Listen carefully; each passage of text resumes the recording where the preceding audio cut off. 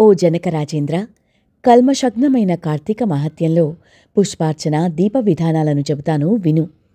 ఈ కార్తీక మాసంలో కమలనాపుడైన శ్రీహరిని కమలాలచే పూజించడం వలన కమలాసని అయిన లక్ష్మీదేవి ఆ భక్తుల ఇండ్ల స్థిర నివాసం ఏర్పరచుకుంటుంది. తులసీ దళాలతో కాని, జాజి పువ్వులతో కాని, మారేడు దళాలతో కాని పూజించేవారు తిరిగి ఈ భూమిపై జన్మించరు. ఎవరైతే ఈ కార్తీకంలో భక్తియుతులైన పండ్లను దానం చేస్తారో వారి పాపాలు సూర్యోదయానికి చీకట్ల వలె చెదరిపోతాయి. ఉసిరి చెట్టు కింద విష్ణువును ఉసిరికాయలతో పూజించే వారిని తేరి చూడ్డానికి యమునికి కూడా శక్తి చాలదు. కార్తీకంలో ఎవరైతే సాలగ్రామాన్ని తులసి దళాలతో పూజిస్తారో వారికి మించిన ధన్యులు ఎవరూ ఉండరనడం అతిశయోక్తి కాదు. బ్రాహ్మణ సమేతులై ఉసిరి చెట్టు ఉన్న తోటలో వనభోజనాన్ని చేసేవారి మహాపాతకాలు సైతం మట్టిగలిసిపోతాయి. బ్రాహ్మణ సమేతులై ఉసిరి చెట్టు కింద సాలగ్రామ పూజ చేసేవారు వైకుంఠాన్ని పొంది విష్ణువులా ఆనందిస్తారు. ఎవరైతే కార్తీక మాసంలో విష్ణాలయంలో మామిడాకుల తోరణం కడతారో వాళ్లు పరమపదాన్ని పొందుతారు. పువ్వులతో కాని, అరటి స్తంభాలతో కాని మంటపం కట్టిన వాళ్లు వైకుంఠంలో విష్ణువు సామీప్యాన్ని పొందుతారు. ఒక్కసారైనా శ్రీహరికి సాష్టాంగ దండ ప్రణామాన్ని చేసిన వాళ్లు అశ్వమేధ పుణ్యవంతులవుతారు. విష్ణువునకు ఎదురుగా జప, హోమ, దేవతార్చనలు చేసేవాళ్లు పితరులతో సహా వైకుంఠానికి వెళ్లి సొక్కిస్తారు. స్నానము చేసి తడిబట్టలతో ఉన్న వానికి పొడిబట్టని దానం చేసినవాడు 10,000 అశ్వమేధాల ఫలాన్ని పొందుతాడు. ఆలయ శిఖరంపై ధ్వజారోహణం చేసిన వారి పాపాలు గాలికి పుష్ప పరాగము వలె ఎగిరిపోతాయి. నల్లని లేదా తెల్లని అవిసెపూలతో హరిపూజను చేసిన వారికి 10,000 యజ్ఞాల ఫలితం ప్రాప్తిస్తుంది. కార్తీక మాసమందు ఏ స్త్రీ అయితే బృందావన గోమయంతో అలికి పంచరంగులతోనూ శంఖ, పద్మ, స్వస్తికారి నందాదీపాన్ని అర్పించడం వలన కలిగే పుణ్యాన్ని 1000 నోళ్ల ఆదిశేషుడైనా పొగడలేడు. ఈ కార్తీక మాసంలో శివుని జిల్లేడు పూలతో పూజించినవాడు దీర్ఘాయువై అంత్యాన మోక్షాన్ని పొందుతాడు. విష్ణాలయంలో మండపాన్ని అలంకరించిన వారు హరిమందిరంలో చిరస్థాయిగా ఉంటారు. హరిని మల్లెపూలతో పూజించిన వారి పాపాలు సర్వనాశనమైపోతాయి. తులసి గంధంతో సాలగ్రామ పూజను చేసిన వారు వైకుంఠాన్ని పొందుతారు. విష్ణు సన్నిధిలో నాట్యమును చేసిన వారి యొక్క పూర్వ సంచిత పాపాలన్నీ నాశనమైపోతాయి. భక్తియుక్తులై అన్నదానాన్ని చేసేవారి పాపాలు గాలికి మంచుతునకలలా ఎగిరిపోతాయి. ప్రత్యేకించి కార్తీక మాసంలో నువ్వుల దానము, మహానది స్నానము, బ్రహ్మపత్ర భోజనము, అన్నదానము ఈ 4 ఆచరించడం ధర్మంగా చెప్పబడుతూ ఉంది. ఓ జనక మహారాజా, ఇంకొక్క సూక్ష్మాన్ని చెబుతాను విను. కార్తీకే భానువారేతు స్నానకర్మ సమాచరేత్ మాస స్నానేన యత్పుణ్యం తత్పుణ్యం లభతే నృపా. ఆద్యంతియే తిథౌ మధ్యమే చ దినే యః స్నానమాచరేత్ మాస స్నాన ఫలం తేన లభ్యతే నాత్ర సంశయః. కార్తీక మాసంలో ఆదివారం నాడు లేదా శుక్లపాడ్యమి నాడు గాని, పూర్ణిమ నాడు గాని, అమావాస్య నాడు గాని సంకల్పరహితంగా ప్రాతస్నానం ఆచరించడం వలన కూడా ఆ మాసమంతా స్నానం చేసిన పుణ్యం లభిస్తుంది. ఆ పాటి శక్తి కూడా లేనివాళ్లు కార్తీక మాసం నెల రోజులు ఈ సంపూర్ణ కార్తీక మహాపురాణాన్ని చదివినా విన్నా కూడా కావేరీ నది స్నానఫలాన్ని పొందుతారు. కార్తీక మాసము సాయంకాలాలలో దేవాలయాలలో శివ విష్ణు స్తోత్రాలను పఠించేవారు కొంతకాలం స్వర్గలోకంలో ఉండి అనంతరం ధ్రువలోకాన్ని పొందుతారు. ఇలా ప్రతి కార్తీక మాసంలో ఎవరైతే హరిహరులను స్మరించకుండా ఉంటారో వాళ్లు 7 జన్మల పాటు నక్కలుగా పుడతారనడంలో ఏమీ సందేహం లేదు అన్నాడు వశిష్ఠుడు. వశిష్ఠుడు చెప్పినదంతా విన్న జనకుడు, మహర్షి, మీరు చెప్పినవన్నీ విన్న తర్వాత నాకొక సందేహం కలుగుతోంది. వర్ణ సాంకర్యాది మహాపాపాలను చేసిన దుర్జనులు వేదత్రయోక్తాలైన ప్రాయశ్చిత్తాలను చేసుకొన్నదే పరిశుద్ధులు కారు అని సమస్త ధర్మశాస్త్రాల్లోనూ ఘోషిస్తుండగా కేవలం కార్తీక వ్రతాచరణ ధర్మలేశము చేతనే సమస్త పాపాలు హరించుకునిపోయి వైకుంఠాన్ని పొందుతారని చెప్పడంలో మర్మమేమిటి? గొప్ప పాపాలు ఎలా నశించిపోతాయి? ఏ మహానదీ ప్రవాహంలోనో కొట్టుకుని పోయేవారిని ఓ పాటి గడ్డిపరక గట్టుకు చేర్చగలుగుతుందా అని అడిగాడు. వశిష్ఠుడు, మంచి విమర్శ చేశావు మహారాజా. ధర్మాన్ని సూక్ష్మంగా చింతించాలే గాని స్థూల రూపాన్ని మాత్రమే ఆలోచించకూడదు. మూల ప్రకృతి అయిన మహామాయ కారణంగా సత్వర రజస్తమస్సులనే 3 గుణాలు కూడా ఏర్పడ్డాయి. వీటిలో సత్వగుణ ప్రధానమైనవి ధర్మ సూక్ష్మాలు. కర్మకాండ, తపస్సు, ప్రాయశ్చిత్తాలన్నీ కూడా రజోగుణం వలన ఏర్పడ్డాయి. తర్కము, దైవేతర చింతనతో సాగించే దైవీయ కృత్యాలు, ఆచరించే దానధర్మాలు ఇవన్నీ కూడా ధర్మం యొక్క స్థూల స్వరూపాలు. ఇవి తమోగుణం వలన ఏర్పడతాయి. దేశము అంటే పుణ్యక్షేత్రం, కాలము అంటే పుణ్యకాలం, యోగ్యత అంటే పాత్రత.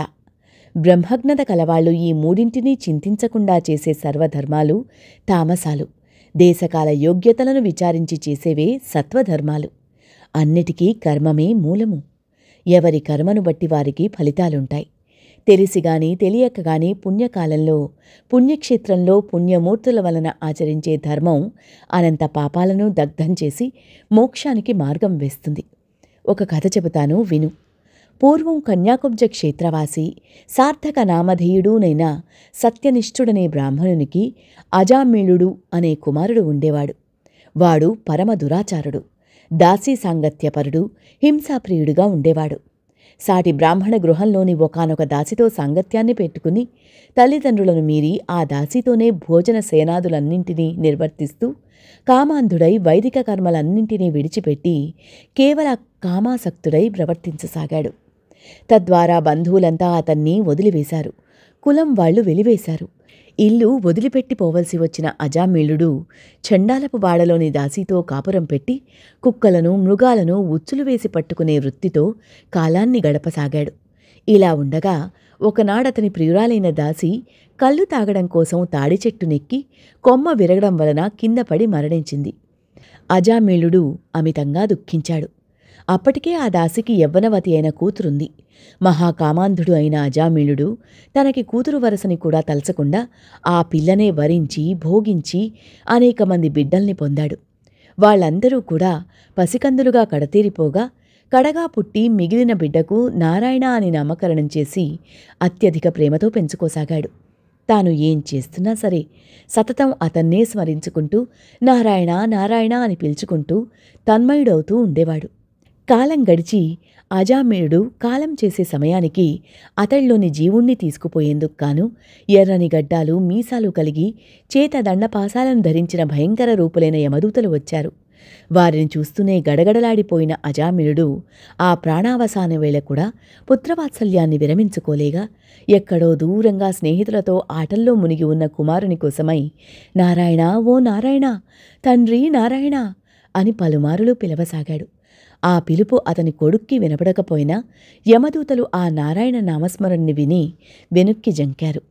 అదే సమయంలో అక్కడ ఆవిష్కృతులైన విష్ణుదూతలు, ఓ యమదూతలారా, అడ్డు తొలగండి, ఇతడిని మేము తీసుకుని పోతాం అని హెచ్చరించారు.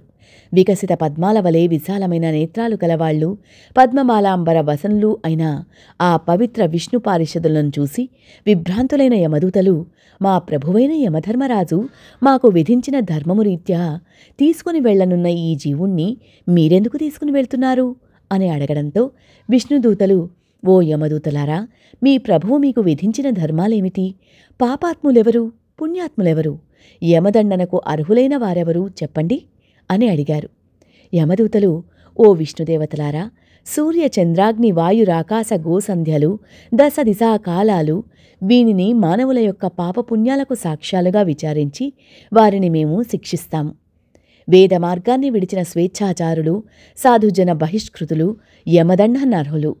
బ్రాహ్మణుని, గురువుని, రోగిని పాదాలతో తాడించేవాడు, తల్లిదండ్రులతో కలహించేవాడు, అసత్యవాది, జంతు హింసకుడు, దానము చేసిన దానిని మరలా ఆశించేవాడు, డాంబికుడు, దయారహితుడు, పరభార్యా సంగముడు, సొమ్ములను తీసుకుని పక్షాన్ని అవలంబించేవాళ్లని, చేసిన దానాన్ని బయటపెట్టుకునేవానిని, మిత్రద్రోహిని, కృతజ్ఞులని, ఇతరుల పురుష సంతతిని చూసి ఏడ్చేవానిని, కన్యాశుల్కాలతో జీవించేవానిని, వాపీకూప తటాకాది నిర్మాణాటంకపరులని, తల్లిదండ్రుల శ్రాద్ధకర్మలను విడిచినవానిని, కేవలం భోజనం గురించి ఆలోచించేవానిని, ఇతరులు చేసిన దానాన్ని నిరోధించేవానిని, నిత్యం స్నానసంధ్యాదులను విడిచిన వానిని, బ్రహ్మాణాస్వ గోహత్య ఇత్యాది పాపయుక్తులైన వారందరూ కూడా యమలోకంలో మా చేత దండింపబడుతూ ఉంటారు అని చెప్పి, ఇక ఈ అజామిళుడు అంటారా, వీడు చేయని పాపమంటూ లేదు, వీడు మీ విష్ణులోకానికి ఎలా అర్హుడు అని అడిగారు. విష్ణు పార్షదులు, ఓ యమదూతలారా, నిత్యము హరినామజాపకులు మీ యమలోక గమనానికి అర్హులు కారు కదా. ఎవడైతే అవసాన కాలంలో ఒక్కసారైనా హరినామస్మరణ చేస్తున్నాడో వాడు విష్ణులోకానికే వస్తాడు అన్నారు. ఈ సంవాదానంతటినీ వినిన అజామినుడిలో జీవుడు తన పాపాలను తలంచుకుని దుఃఖిస్తూ అంతలోనే అచ్చెరు పొందాడు. ఇదేమి ఆశ్చర్యం! ఆ నల్లని కత్తుల్ని ధరించిన యమదూతలు ఏమైపోయారు? నేనీ వైకుంఠంలో ఎలా ఉండగలిగాను అని తనలో తనే అనుకుంటూ హరిస్మరణాన్ని చేరసాగాడు. కాబట్టి రాజా, కేవల హరినామస్మరణమే అంతటికీ ముక్తిప్రదమైనది. కాగా హరిప్రియంకరమైన కార్తీక వ్రతాన్ని ఆచరిస్తే ఎంత పుణ్యం కలుగుతుందో ఊహించు అంటూ ఆపాడు వశిష్ఠుడు. ఈ అజామినుడి కథ ఇంకా ఉంది, రేపు చెప్పుకుందాం. 4వ రోజు పారాయణం సమాప్తం.